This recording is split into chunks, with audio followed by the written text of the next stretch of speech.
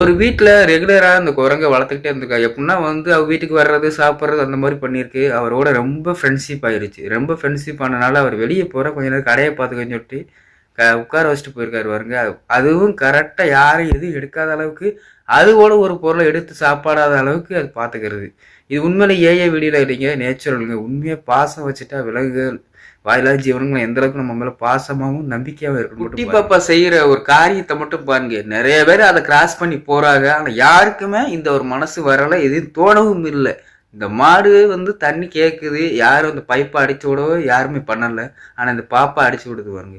உண்மையிலேயே ராலினா இடையில நிப்பாட்டி குக் பண்ணுவாங்க. அதாவது சமைப்பாங்க. ஏதாச்சும் வேணுமா அப்படின்ட்டு சமைச்சு சாப்பிடுவாங்க.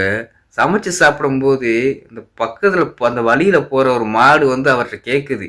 அவர் நினைச்சா அடிச்சு பத்தி விட்டுருக்கலாம். ஆனா அவர் நினைச்சிருக்காரு பாருங்க. எதுக்கும் பசிக்குன்னு சொல்லிட்டு அவர் பண்ணதை குடுக்குறாரு பாருங்க.